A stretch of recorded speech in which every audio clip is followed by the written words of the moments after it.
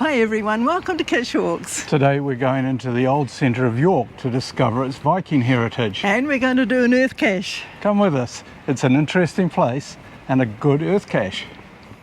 York was once a Roman city, but by the 9th century York had come under the control of Norse warrior kings and was known as Jorvik.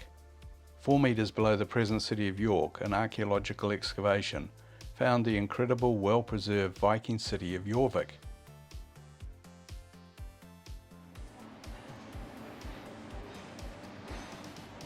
As you enter, you walk on a glass floor, looking down at a reconstruction of the 1972 excavation.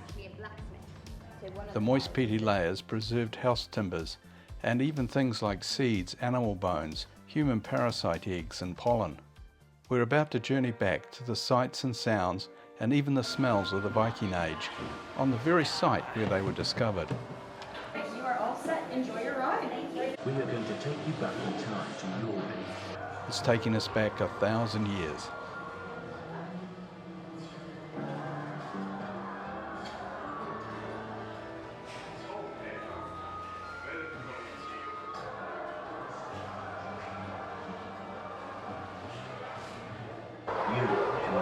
That's a big dog he's got, Lynn. Yeah. Here's a slave trader, an antler worker,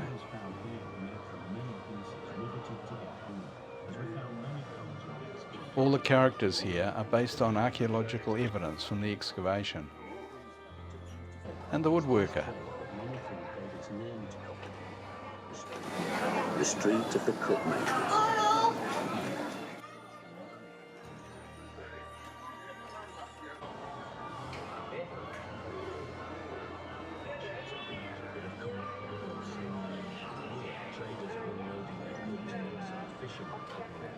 We got a fright when we realised this one was actually alive.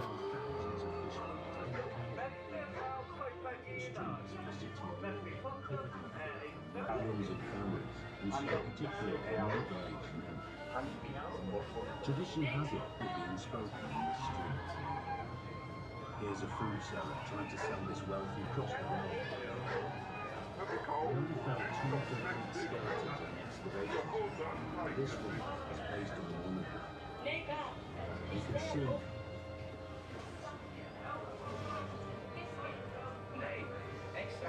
Viking era church just behind Coppergate. And there were many other new churches built in Yorvik at this time, which can still be found. Music, sound, art must have been important in the Bible. All too soon we come to the end of the ride. That's great, thank you. Oh, that was good. Now it's into a fascinating museum. This Viking silver hoard was discovered by a metal detectorist in 2011. Over 200 pieces of silver were found.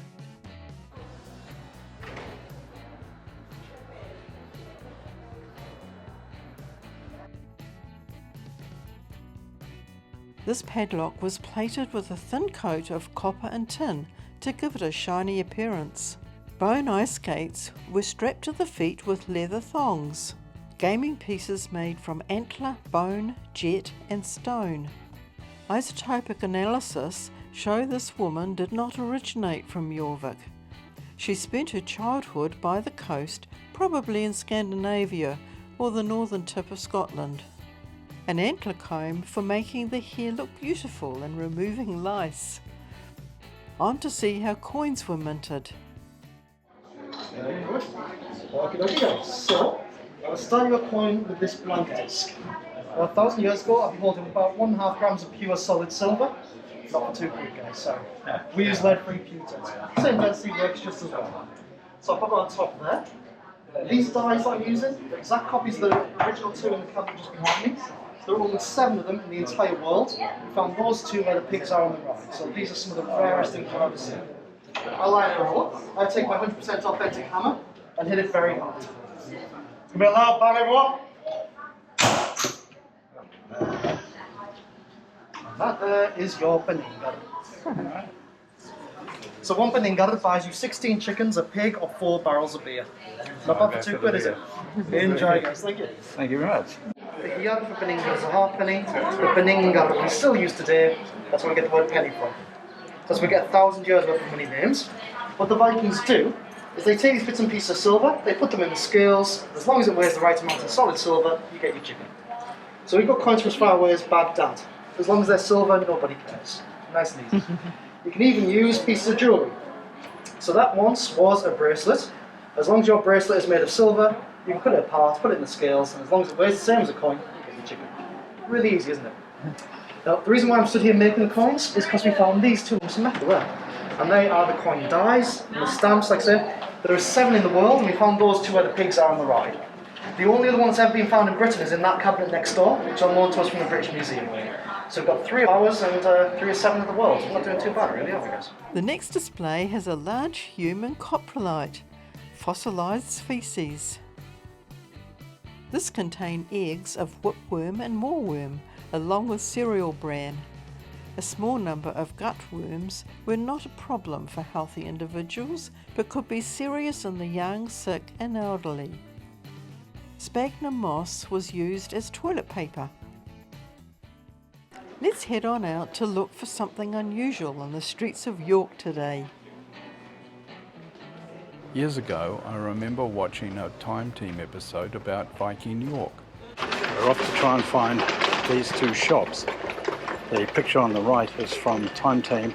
Picture on the left, Google Take a right Street. on Piccadilly, then in 200 metres. Take a left on Mercathgate. Down past a really neat little pub here called the Red Lion. Take a right on Warngan, then in 250 metres. The destination is on your right. We'll call back and investigate its history in another upcoming cache walk. We're trying to find 73 Warmgate Street. And 71 and 73. In 200 metres, the destination is on your right. This here is 31 and we want 73, so it's in the next block, the looks of it. There they are, Lynn. Oh, Vikings yes. Pizza. Good choice. Yeah. And then Timberlina. Oh, that's cool. Yeah. Both these 2 shop fronts are 1 perch wide, which is an old Viking measurement. And 4 metres below us is the old Viking street. And the shops and house frontages there would have been 1 perch wide. So what it means is over hundreds of years, as the city has developed and you know, time has gone by, the same Viking measurement has still held true. So the present 2 shops are still 1 perch wide. Pretty amazing. The Viking shop would have looked something like this. Amazing they're still the same size after 1,000 years has passed. Okay, we're off to Micklegate now where there's 2 geocaches. It means Great Street. Right. Gate came from Old Norse gata, meaning street. Okay, And that's there are 2 interesting. geocaches, one's an EarthCache and there's a traditional, I think. Right, okay. Well, the EarthCache is about 18 minutes walk, so let's go. Oh, there they are, the 2 shops. And we're heading off. I really like it that it's called Viking Pizza, Yes. even though I don't think Vikings would have eaten too much pizza. No. Look nice pizzas though, don't they? Yeah.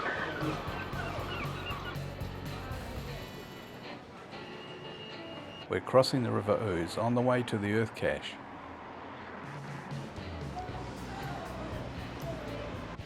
We're walking along Micklegate, the street here, the Viking Street, which means Great Street.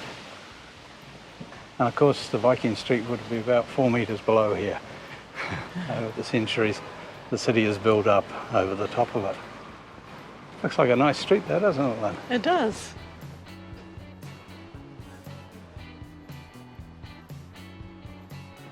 Rattle Owl dining room. The Tansy Beetle Bar. That's quite cool. Yeah. Micklegate Fisheries, right in front of us.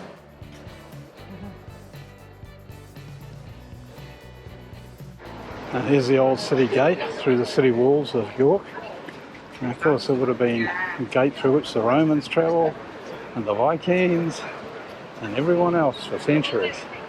And the two geocaches are here, EarthCache and a traditional cache. Micklegate Bar was historically the main entrance to the city for anyone arriving from the south.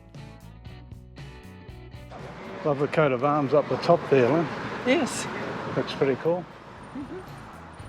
For centuries, the severed heads of rebels and traitors were displayed above the gate.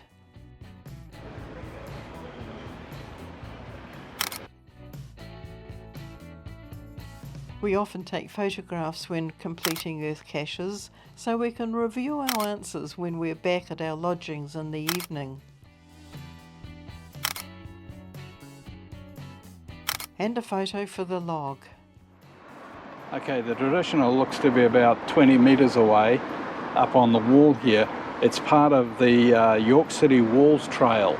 So we're going to go up and have a quick look for it and just see what the city walls look like.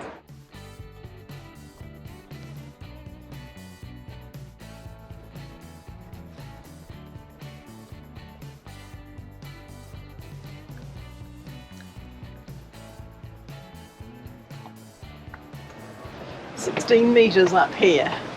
Okay.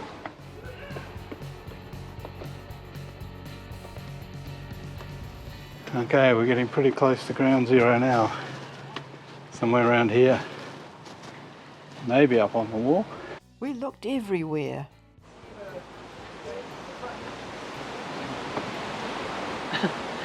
Oh, I can't find it. No, me neither.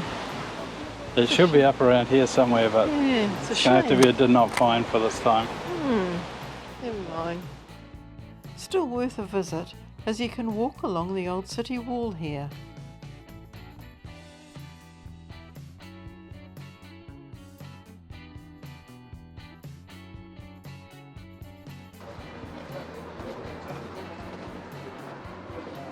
Well, that brings us to the end of our cache walk in York, looking at the Viking heritage. Anyway, we hope you enjoyed it. Thanks for watching. And don't forget to go geocaching.